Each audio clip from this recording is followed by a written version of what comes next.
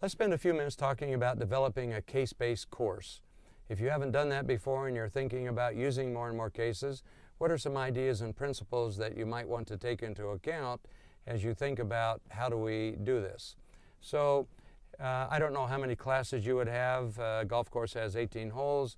Many of our courses only have 15 sessions. You may have 20 sessions.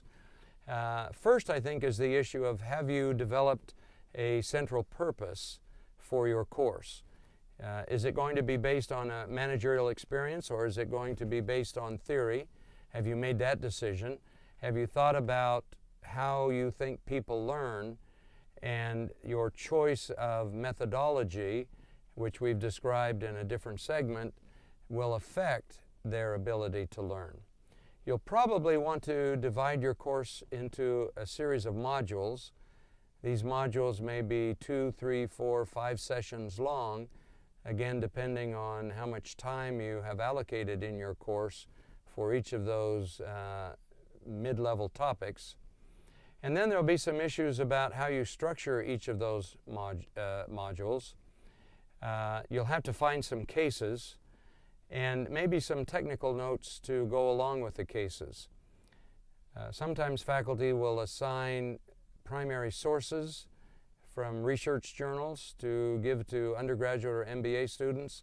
I've never found this to be a useful approach, and I would prefer to have translated technical notes that will relate more to the language and thought process of the people in the audience. You have to develop some assignments and, in effect, create a syllabus, and we'll talk some more about that. So the next issue then is, where do you go to find cases? Well, there are a lot of sources. The Darden School has a website, and we publish thousands of cases. The Harvard Business School has a website. They publish thousands of cases, and you can search on those and other sources. The North American Case Research Association publishes cases for free. You can see down the left-hand side of this particular screen that they're typically divided into disciplines, so that depending on your subject matter, ethics, finance, international business, and so forth, cases tend to be clustered, and you can find them there. When you begin planning your course, there will be a number of events and factors that might factor in. So you probably start with a calendar, and I've got to figure out, okay, are we going to have midterms? Are we going to have finals? Are we going to have a project? What kind of school events are going to be on the university calendar or on the corporate calendar if you're in a corporate training setting?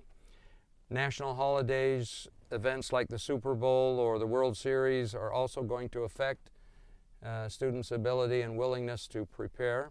So as you begin to lay out your calendar, I invite you to be thinking about some of these other outside events that are going to have an impact on your syllabus.